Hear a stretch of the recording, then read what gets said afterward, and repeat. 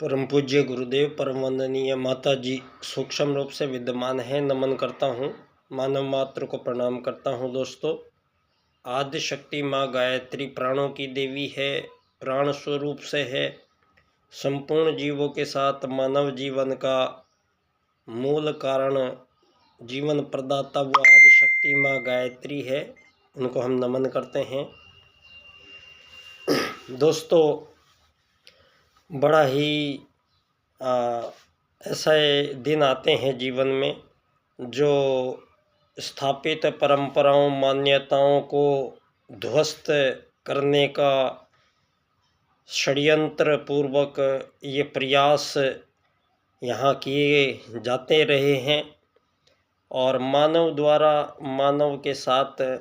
छल कपट, शोषण, हत्याएं, वध, ये यहाँ पिछले हजारों साल से, 2500 साल से बहुत ही तीव्र गति से मानव जाति के समक्ष एक ऐसी परिस्थितियों को जन्म दे के बैठा है जिनका कोई और छोर नज़र नहीं आता है। आज फिर एक घटना हुई है देश में और ये पूरा का पूरा एक ऐसा षड्यंत्र है जो सारा लिखित सामग्री दस्तावेज़ों के रूप में आज तक प्रस्तुत हुआ है और वही बातों को कंप्यूटर में डाल दिया गया है, बड़े कंप्यूटर में। और जितनी भी बातें किसी मानवों ने आपस में की है, उन सब पर चोरी की गई उनकी बातों की, और उन बातों को एक बड़े कंप्यूटर में डाल के और एक एप्लीकेशन फिर बना दी गई, ग्रोक। आज ग्रोक ने पिछले 3-4 दिन में सारे भारत की स्थापित परंपराएं, मान्यताएं, स्थापित राजनीति और स्थापित हमारे देश प्रेम की भावना के साथ यहाँ खिलवाड़ और मजाक किया गया है। और ग्रोक की भाषा एक ऐसी भाषा बन के आई है जो हमारे भारतीयों से बिल्कुल विपरीत जा रही है। कारण दोस्तों, आज तक जितने भी मानव जीवन में इन अंग्रेज़ों के आने के बाद में जितनी भी बातें हुई हैं, जितनी भी समस्याएं आई हैं और जितने भी छल कपट हुए हैं, वो सब अंग्रेज़ों की नज़र से लिखे गए हैं, बोले गए हैं। सारी जो पुस्तकें में जो भी ज्ञान बांटा गया है, जो भी बताया गया है, वो अंग्रेज़ों के एंगल से ही हमारा सब कुछ इतिहास लिखा गया है। और ग्रोक की भाषा में देखें तो ग्रोक एक ऐसी एप्लीकेशन है जिसमें कुछ सेलेक्टेड टाइप का मटेरियल्स, कुछ सेलेक्टेड टाइप की बुक्स और सेलेक्टेड टाइप के ही जानकारियाँ उस कंप्यूटर में भरी गई हैं और जो बातें पहले से ही आज चली आ रही थी, उन बातों को ही वो ग्रोक सबको बता रहा है। आज देखा जाए तो एक तरीके से सनातन भारत, हिंदू भारत जब करवट ले रहा था और सारे संसार को अपनी उस चिर परिचित सनातनी संस्कृति से रूबरू करा रहा था, ऐसे समय में एक ऐसा आघात फिर इस ग्रोक ने दिया है। आज हमारे सारे आरएसएस की बात मुख्यतः की जा रही है और आरएसएस कोई एक अलग संगठन जो बने हैं, ये 1900 के बाद ही बने हैं। तो यहाँ सबसे पहली बात ये है कि जो ये आज़ादी की लड़ाई बोली जा रही है ये भारत में, दोस्तों, आज़ादी की लड़ाइयाँ किस चीज़ के लिए लड़ी गई है और ये आज़ादियाँ बांटने का पराक्रम जो पुरुषार्थ इन लोगों ने किया है, इसी में सारा भेद छुपा हुआ है। दोस्तों, यहाँ आज़ाद देश के रूप में इन लोगों ने, पश्चिम ने, पूंजीवाद के पूर्ण प्रसार के लिए और राजा और प्रजा के विधान को परिवर्तित करने के लिए और मानव जीवन को एक आर्टिफिशियल रूप से एक ऐसा घड़ाव देते हुए मानव जीवन को, चूँकि मानव जीवन के संबंध में संपूर्ण रूप से त्रुटिपूर्ण जानकारियां इस विज्ञान जगत को माध्यम बनाकर डार्विनवाद और चार्ल्सवाद के रूप में सारे संसार के समक्ष मानव जाति को मछली बंदर से होते हुए इंसान बताया जा रहा है। आज भी ग्रोक यही बता रहा है कि मानव आगमन यहाँ मछली बंदर से होते हुए इंसान बने हैं। यही बात आज तक ये बताई जा रही थी और हमारे वेद ज्ञान के माध्यम से हमारे आदि पूर्वज प्रथम मानव मनु का आगमन से लेके सृष्टि के पहले दिवस से लेके और सृष्टि के आगे बढ़ने से लेके और आज तक के हिसाब से यहाँ हमारे सनातन भारत की जो व्याख्याएं, जो बातें जो संसार को बताई गई हैं, उनको एक तरीके से धार्मिक प्रपंच कहकर और ग्रोक ने समाप्त कर दिया है। मैंने भी ग्रोक से सवाल किया कि आपने हवाई जहाज़ किसने बनाया, तो ग्रोक बोलता है राइट ब्रदर्स ने हवाई जहाज़ बनाया। तो मैंने कहा झूठ कह रहे हैं आप, हमारा हवाई जहाज़ तो महर्षि भारद्वाज ने हजारों प्रकार के विमानों के बारे में संपूर्ण रूप से सारी थ्योरी लिखी पड़ी है। और रावण तो पुष्पक विमान लेके आया था, अब तो आपने ये भी मान लिया कि राम द्वारा बनाया गया श्री राम सेतु पुल आज भी विद्यमान है और पानी पे तैरने वाले पत्थर मानव निर्मित पुल है और 6000 साल पहले भारत में बना था। तो एक तरफ जब यहाँ पर भगवान श्री राम के आगमन का श्री राम सेतु पुल का को मान लिया गया है, तो यहाँ फिर ये मानव के आगमन के संबंध में आपकी ये त्रुटिपूर्ण बातों को सारे संसार में आज भी प्रसारित कर रहे हैं। आपने भारत ने सारी दुनिया को गणित सिखाया, जीरो सिखाई, बीज गणित, अंक गणित, रेखा गणित का, जिसके कारण आज सारी दुनिया आज विकास का नाम ले रही है। जब हजारों साल पहले यहाँ पर गणित के वो फॉर्मूले जन्मे हैं, जहाँ भास्कराचार्य आर्यभट्ट के द्वारा यहाँ संपूर्ण ग्रह नक्षत्रों की चाल बता दी गई है। तो यहाँ पर जब मानवों के संबंध में संपूर्ण रूप से सारी बातें यहाँ हमारे वेद में बताई जा रही हैं, तो उस समय पर आज जब भगवान श्री राम को आपने मान लिया है और भगवान श्री राम के पुल को आपने मान लिया है, तो आपने रावण के पुष्पक विमान को क्यों नहीं माना है। तो आज जो भी ये ग्रोक सारी दुनिया को जो बातें बता रहा है, वो केवल वही प्रकार की जानकारियाँ, उसी प्रकार की वो किताबें, साहित्य और इसी प्रकार की जानकारियों से इस ग्रोक को भरा गया है।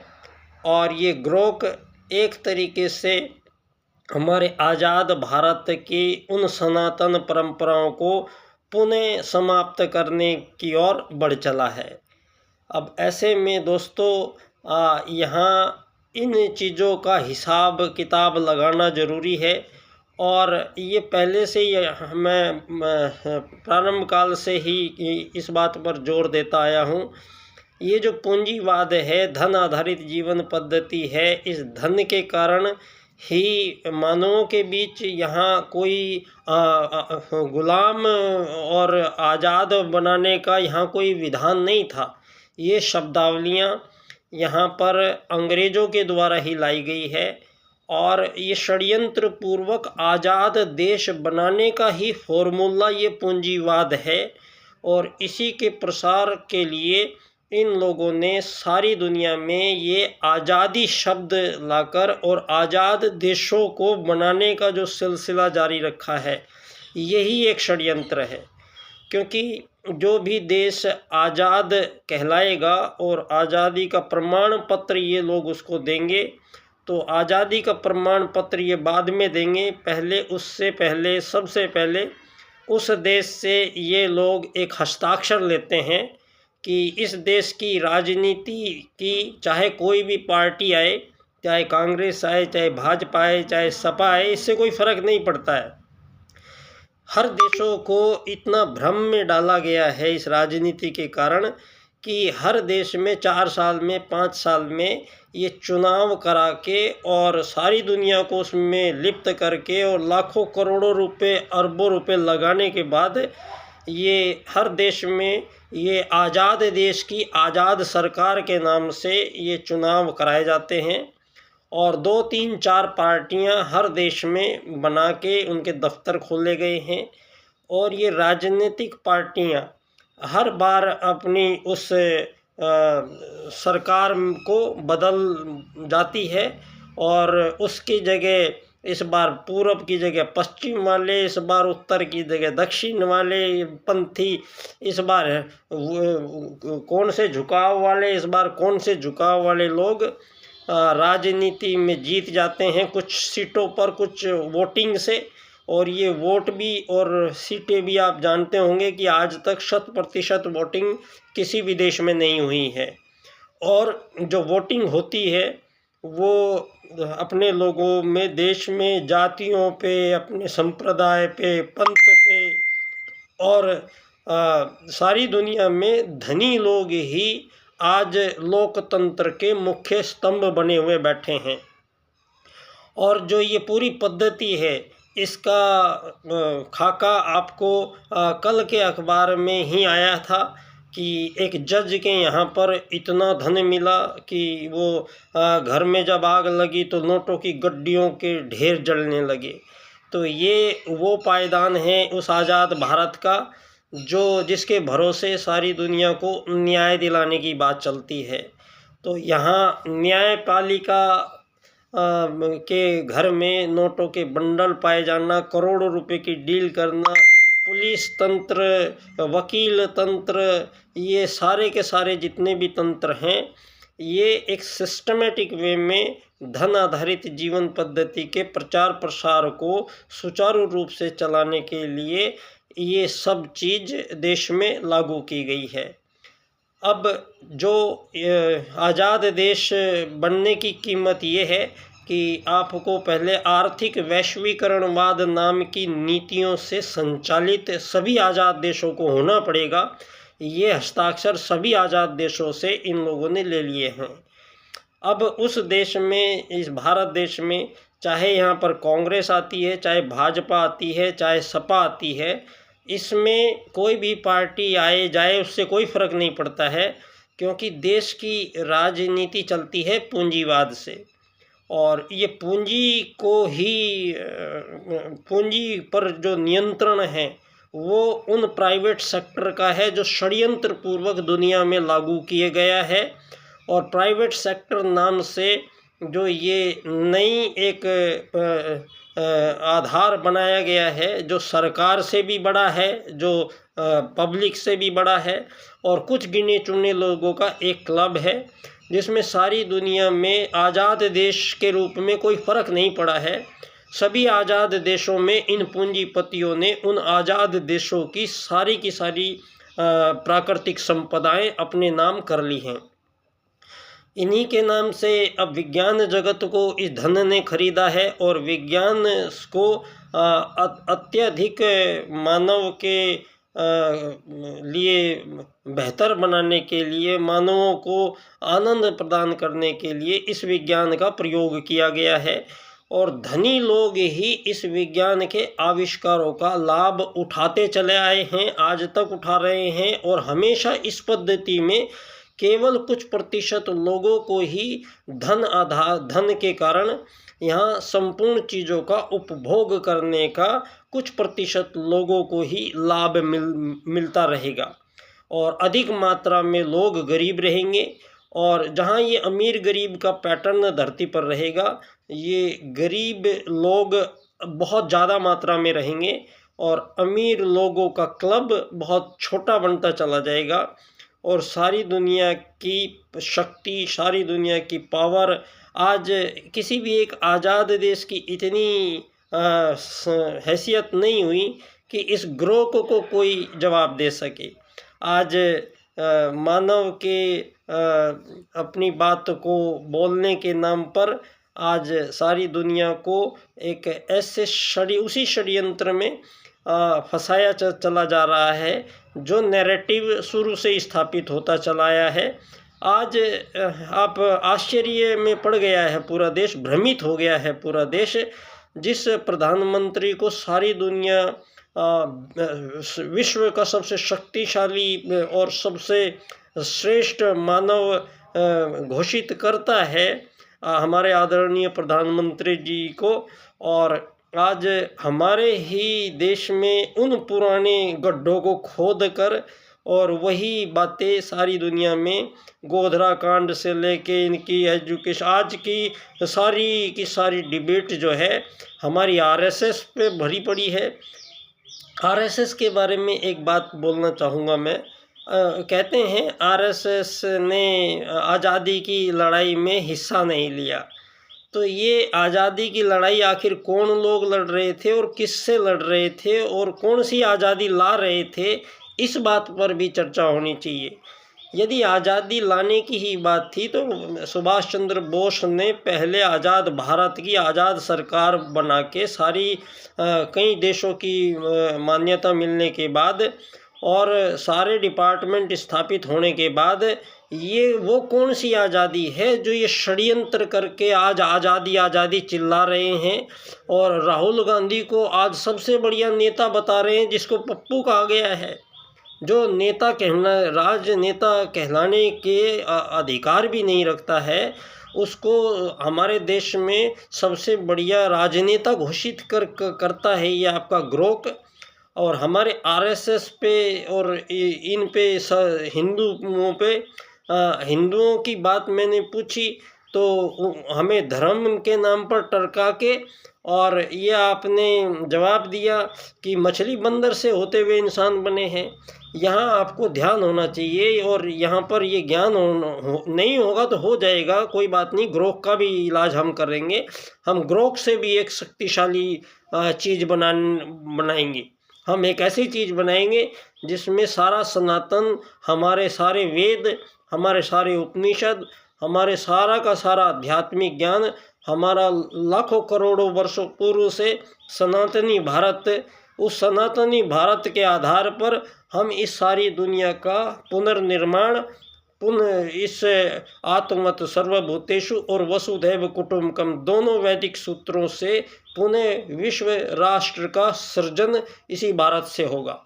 और इस ग्रोक पे और ये तमाम प्रकार के जो यहाँ पर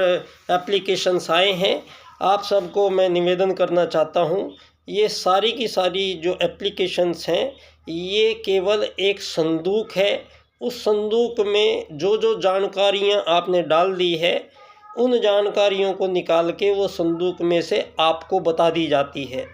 तो ये सारी जानकारियाँ, सारी किताबें वही हैं जो इन लोगों ने षड्यंत्र पूर्वक करके हमारे सनातन को मिटाने की एवज में, आज तक इन लोगों को ये पता नहीं लग रहा है। जब भगवान श्री राम को मान लिया है तो आप ये 2000 ईसा की क्या बात करेंगे? आप भगवान राम से मानवता की यहाँ बात करेंगे और हम ये आपके सामने ग्रोक को भी और सभी को इस सनातन भारत से जवाब देंगे। धन्यवाद बच्चा डॉक्टर।